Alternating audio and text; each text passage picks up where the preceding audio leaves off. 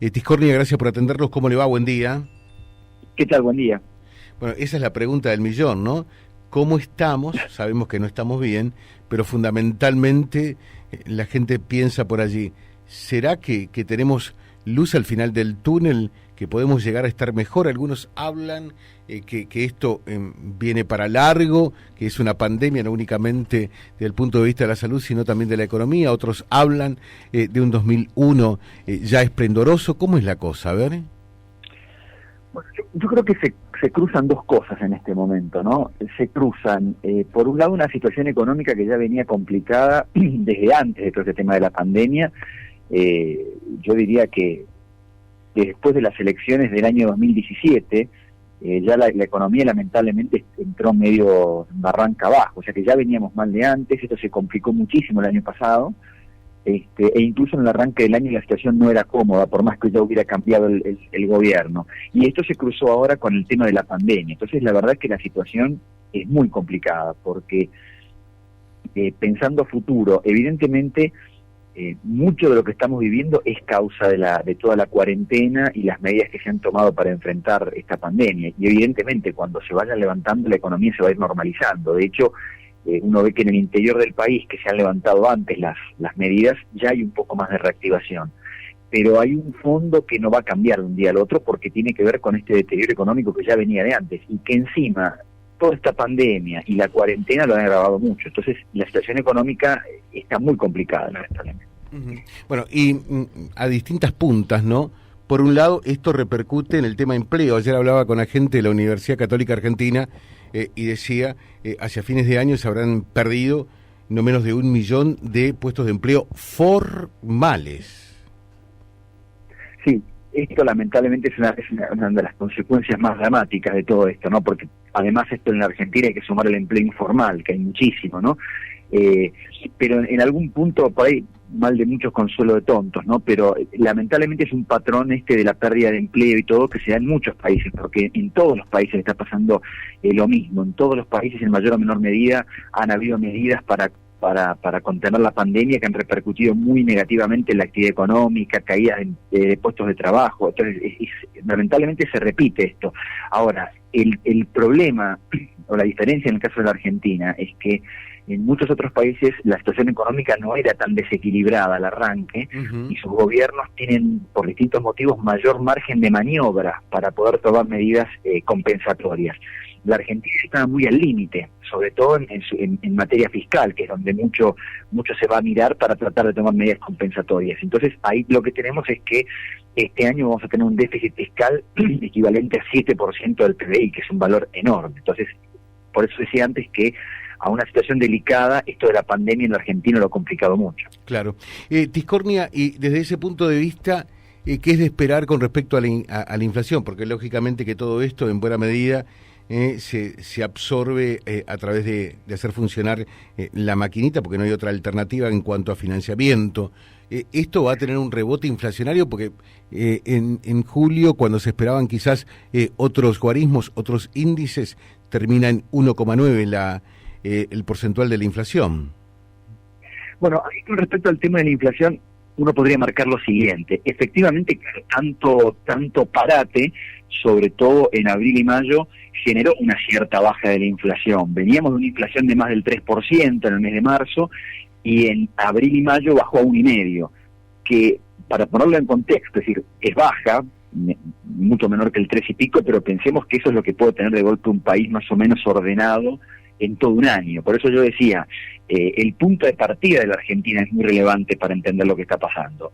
Y ahora sobre esto hemos visto que en junio la inflación ya pasó por arriba de 2, y ahora en julio, que el dato fue 1,9, cuando uno desmenuza un poco los datos y ve lo que se llama la inflación núcleo, que saca, por ejemplo, todos los precios que están controlados por el gobierno, como son los servicios públicos, en muchos casos que están trabados por regulación del gobierno, uno se encuentra que esa medida de inflación, que la llamamos núcleo, está arriba del 2%, está en 2,3 por 2,5%, es todavía más alta que la de junio. Entonces, ahí hay un dato preocupante y que tiene que ver con esto que yo decía antes. La inflación ya era un problema en la Argentina, tuvo un freno transitorio por la fortísima recesión, y ahora el riesgo es que, de alguna forma, lo bueno que sería poder reactivar la economía tiene como contrapartida, como riesgosa, digamos, que se vuelva a acelerar la inflación. Entonces, este es uno de los principales desafíos que tiene que enfrentar el gobierno. Es la historia de la manta más corta, ¿no? O corta realmente, ¿no? ¿Qué hago primero? Totalmente. Yo creo que lo que pasa es que esto requeriría una gestión como muy abarcativa de la política económica, sobre todo este otro tema que está discutiéndose mucho hoy en día, de si tiene que haber un plan. Muchos economistas le reclaman al gobierno que presente algún tipo de plan, y el gobierno de alguna forma se muestra un poco renuente a eso. El gobierno dice que él prefiere ir dando objetivos y que ellos lo que van a hacer es encargarse de fomentar el consumo, porque sobre la base de eso se va a poder recuperar todo. Yo creo que en este momento esa visión es un poco parcial, porque justamente para poder luchar contra la inflación se requiere un cierto horizonte, porque la inflación tiene mucho componente de expectativa, decimos los economistas. En la Argentina ya la inflación está lanzada y ya todo el mundo sabe que más o menos está al 1,5%, el 2% por mes. Entonces ya lo espera para el futuro. Entonces eso le da una inercia a la inflación que hace que sea muy difícil cortarlo. Para poder cortar con eso hace falta generar un horizonte con políticas creíbles que permitan bajar la inflación. Y el gobierno no está muy convencido de eso. Entonces yo creo que es muy difícil resolver ese problema así, ¿no? Y siempre, por allí los puntos centrales en la economía o de debate en la Argentina en materia económica son empleo, precios, salarios. De salario, de aumentos hoy prácticamente no se habla, ¿no? Lo que pasa es que, claro, el tema de los salarios va muy atado al nivel de la actividad económica, de alguna forma, ¿no? En general, en momentos más normales, cuando la actividad económica funciona, uno ve en la Argentina una dinámica de permanente negociación salariales, con las paritarias, los sindicatos reclamando, para ir justamente compensando la inflación. Esa es la dinámica, llamémosle, normal en la Argentina en alta inflación, que es algo que tendríamos que poder cambiar en algún momento, que haya una discusión, pero mucho más razonable, con parámetros de inflación mucho más acotados. Ahora, hoy en día también está todo alterado, porque con la tremenda caída de la actividad económica y la pérdida de puestos de trabajo, evidentemente, los sindicatos y los trabajadores en general son más cautelosos al momento de reclamar ajustes y privilegian evidentemente el tratar de conservar sus puestos de trabajo. Por eso incluso hemos visto en algunos rubros reducciones de salarios. O sea, los sindicatos han acordado bajas de los salarios. En muchos casos hay suspensiones que también reducen los salarios. Entonces es una situación muy complicada, porque evidentemente caen los ingresos de las familias. Yo creo que esto se va a ir corrigiendo en la medida en que la actividad económica salga de este estado anormal que tenemos por las cuarentenas y vaya recuperándose. Ahora, ahí va a venir una pregunta muy relevante para el tema de la inflación, ¿no?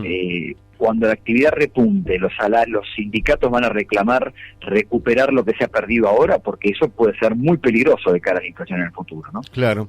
Y en este esquema, porque por allí ayer había algún tipo de ruido, ¿qué va a pasar con esto de los $200? ¿Y cuáles son efectivamente las reservas líquidas que tiene el Banco Central para afrontar esta demanda por goteo, pero que se hace cada vez más continua?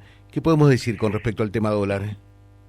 Bueno, el Banco Central tiene unos 42.000 millones de dólares de reservas. Lo que pasa es que lo que realmente puede utilizar es bastante menos. Dependiendo de los cálculos que uno haga, esa cifra está abajo de los 10.000 millones de dólares. No es un número muy elevado.